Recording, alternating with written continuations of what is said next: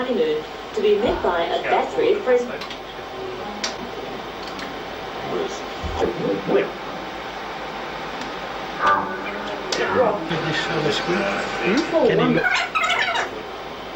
Back in London, third. And Strait.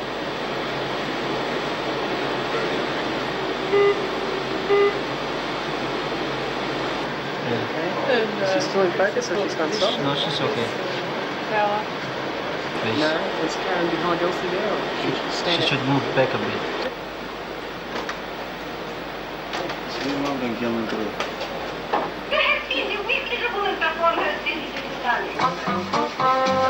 Punch, punch, punch your balls, punching so much fun. Use your wrist or hand or fist and keep it on the run.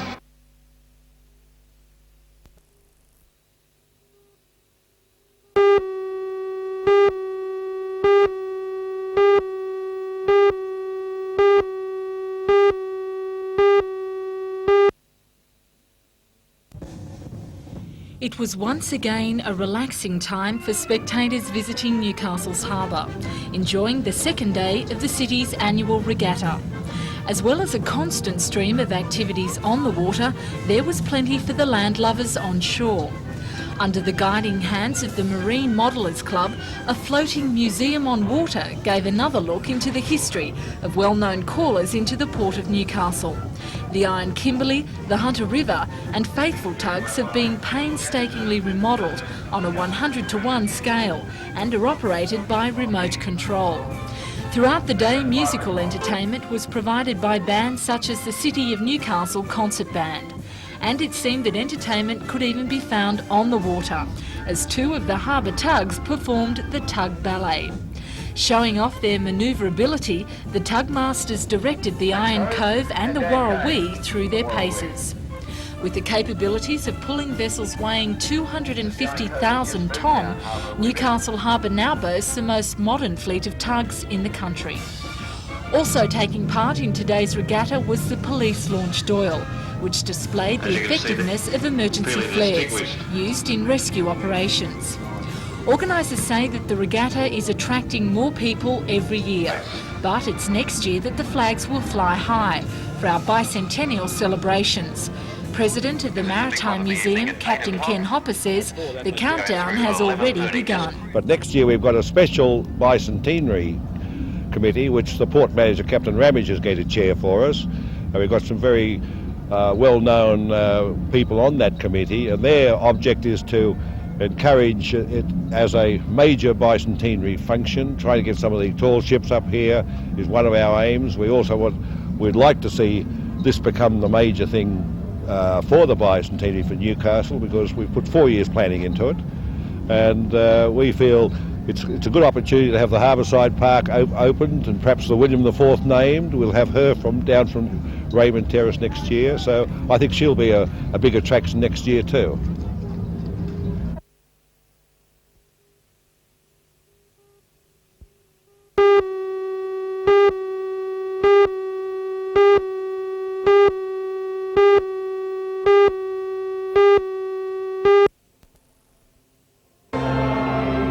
There was plenty of pomp and ceremony today to mark the official beginning of the Supreme Court year. Proceedings started with a procession by members of the clergy, judiciary and officers of the court. They walked from the Dean's Vestry to the Cathedral for the traditional ecumenical service. Members of the legal profession then joined the rear of the procession as the party entered the cathedral. Prominent members of the Newcastle community, including Lord Mayor John McNaughton, were on hand to witness the occasion. After the service, it was back to the Supreme Court for the formal opening of the Supreme Court sittings.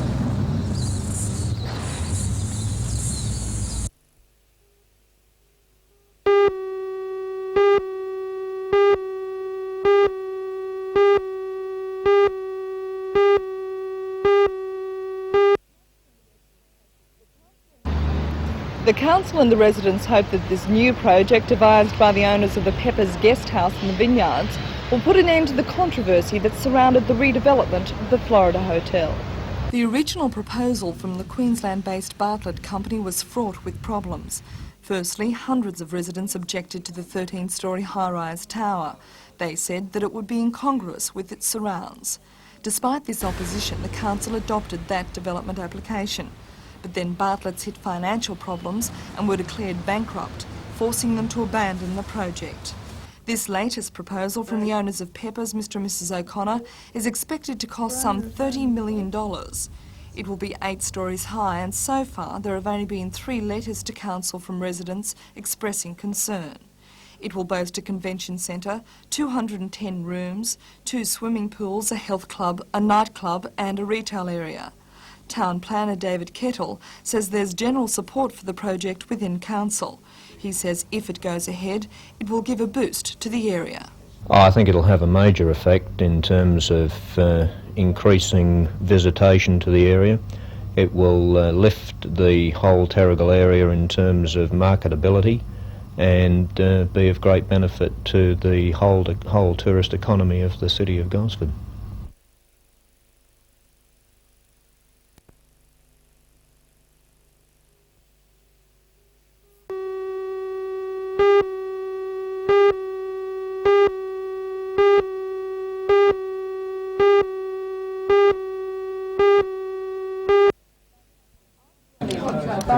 Art for art's sake is admirable, but it doesn't pay the bills. And while the sculptors from Wondervine have been busily chipping away on the famous Gosford sandstone for free, they haven't been earning any money.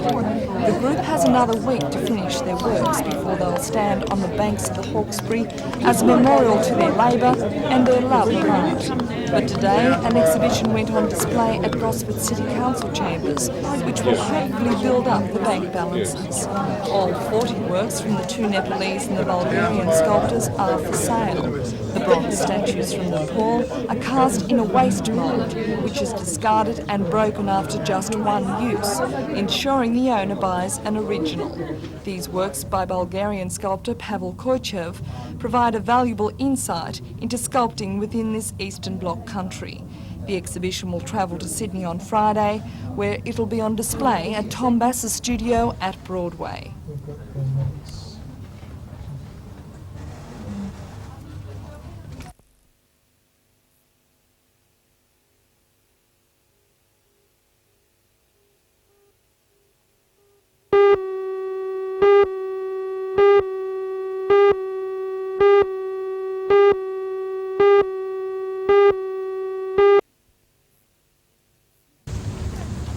Students at Newcastle University have begun enrolling for the academic year, and many are already on the lookout for cheap accommodation.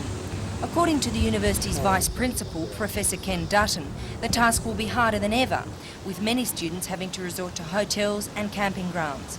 The university expects to receive about 1,000 inquiries for accommodation and is now getting between 30 to 60 calls a day. I think students from outside Newcastle are going to have a very, very tough time this year, those that haven't managed to organise accommodation for themselves.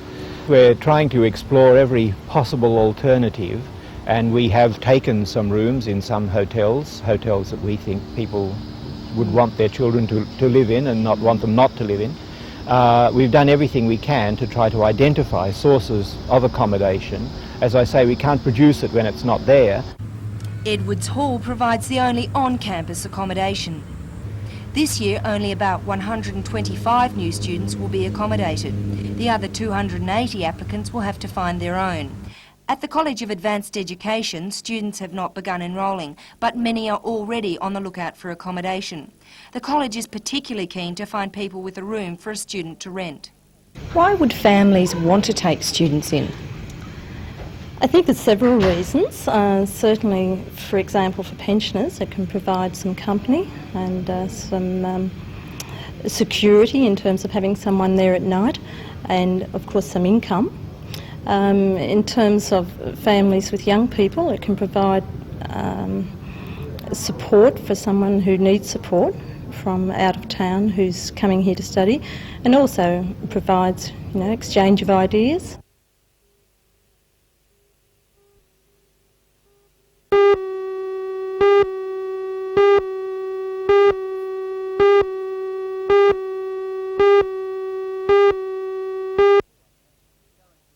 Built by Carrington Slipway's first mine hunter is now undergoing Australian Navy tests and, if successful, should mean a contract for another 4 of the $50 million ships.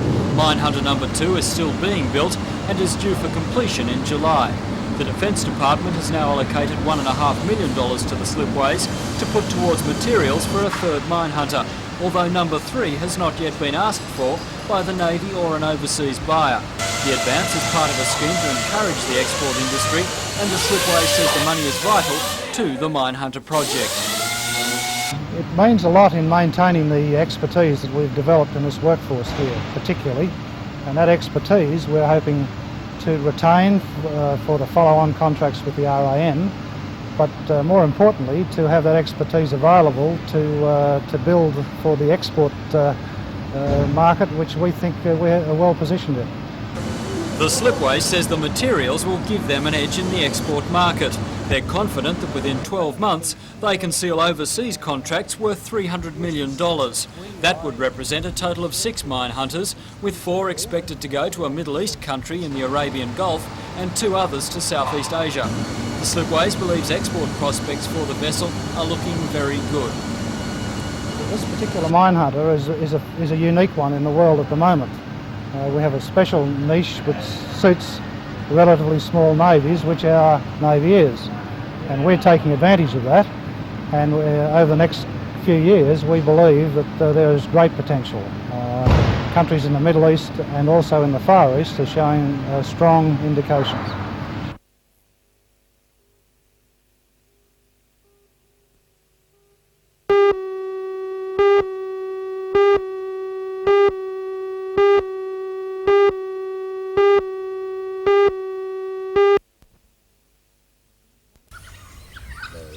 Once again, the harvest rush is on for all wine growers.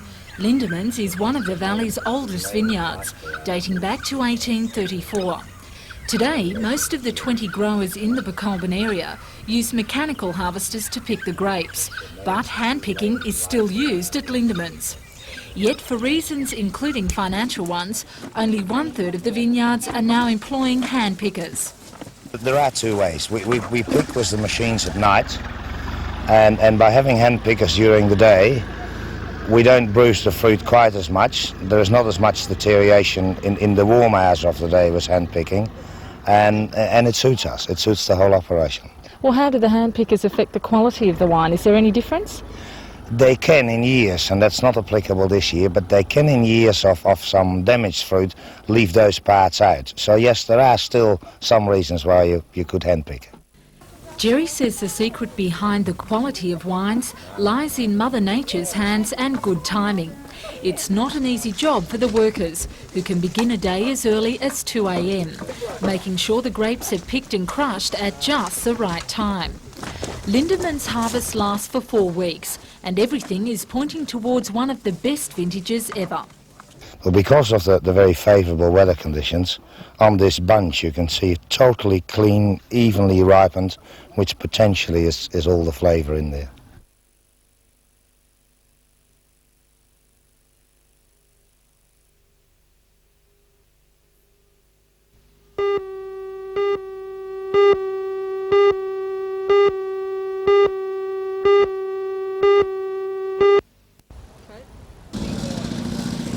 The President of the Federation, Mari Schlelm, was in Newcastle today. She says that comprehensive reform to child abuse legislation is a top priority with the Business and Professional Women's Organisation. We would like to see more note taken of what happens to the victim, particularly in child sexual abuse is our main concern, that there's not enough attention given to what happens to the victim. There is not enough training for police, for welfare workers, for court workers in how to handle the victim. The Federation wants the perpetrator to leave the family home rather than the child being taken away. It wants the victims to be interviewed only once using a video camera recording, and it says all those who interview the child should be professionally trained in that area. It's going to take a lot of time and a lot of effort, but we're very committed to it, and we feel really very concerned about the issue, and we will keep in there until something is done.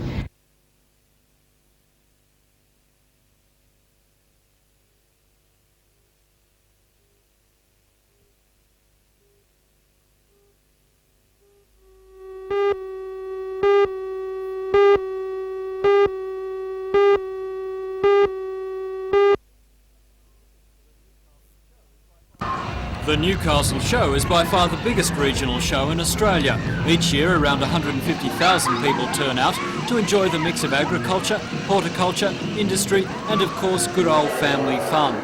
This year's show starts on Thursday, February the 26th and runs through to Sunday, March the 1st. Today the organisers proudly announced $161,000 of sponsorships provided by 29 sponsors. Oh, it is very encouraging. It enables us to put on the sorts of events that we like to see at Newcastle Show, be able to do something for Newcastle people, and it's great to see sponsors getting behind Newcastle Show and giving Newcastle people something to come to see. The main sponsor this year is Shortland Electricity, which has the naming rights. The show will continue along the same lines that have made it a success in the past, with the organisers complementing the agricultural flavour with plenty of educational activities and, of course, a large sideshow alley. At $6 a ticket for adults and $2.50 for children and pensioners, the organisers say it's great value, and if the weather is kind, they're hoping for a record crowd.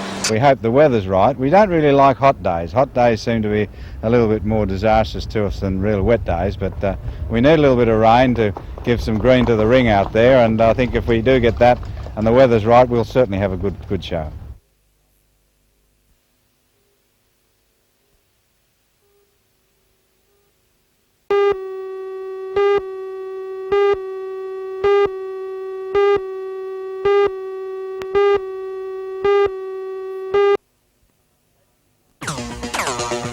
As usual, the event, regarded as the best of its type in Australia, will attract most competitive skiers in all divisions, including the glamour boys of the Unlimited section, which includes the Judge, Moonlight, Reaper and Super Fortress. The race will start in the big formation with up to 6 boats at a time across the line in a tight rope start. Faster boats go first and so on until the large field gets underway. The top boys will travel at speeds in excess of 160 kilometres per hour. The race is over 3 laps, west from the club to a mark between Cull Point and Toronto, Wanji Point around Culver Island and back to the club. Best vantage points for Cull and Wanji Points on or near Culver or at the club, or in the NBN helicopter, where I hope to be on Sunday.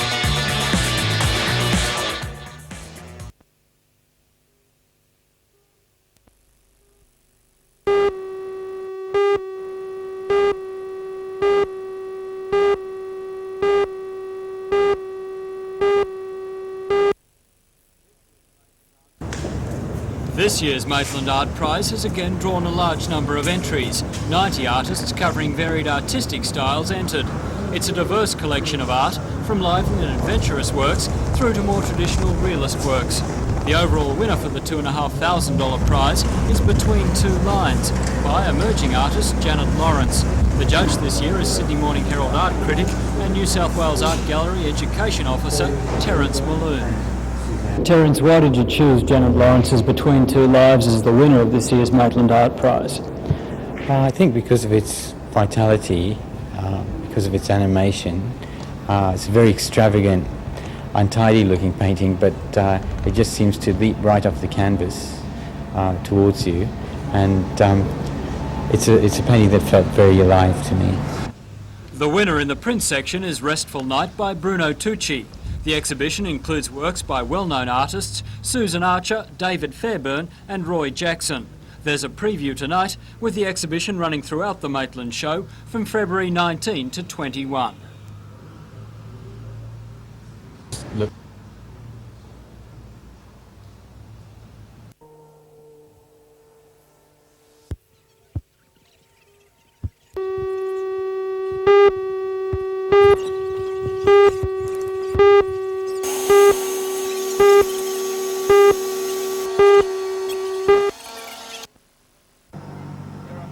Aldrich Tonus Arnoldus, or Tony Arnold as he's known in these parts, has been a quadriplegic for 6 years after suffering a stroke. He's jumped before at Wilton near Sydney, setting records and a first for quadriplegics. The highest jump of 10,000 feet, the longest free fall 5,000 feet, and first landing on the ground. Others have been into water or onto a fireman's catching net. That was June the 28th, 1986. Today was his second jump. He's a very brave man, of course, supported by some other fine people, including friend and manager David Mason-Jones and his all-important tandem master, Ray Palmer. Today, more records, 7,000 feet of free fall and a link-up with 3 other jumpers.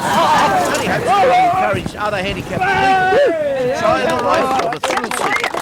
Today, our cameras caught some action displaying the safety techniques of these aerialists, with a reserve chute coming into action as the weekend tournament continued. The idea of this weekend is to mix up the very experienced, or Sky Gods, with a relatively new competitor in a pick-up team format. The sport has come from a casual type fun thing to a well-organised, highly competitive, skilled sport. It certainly is getting professional, and it continues tomorrow.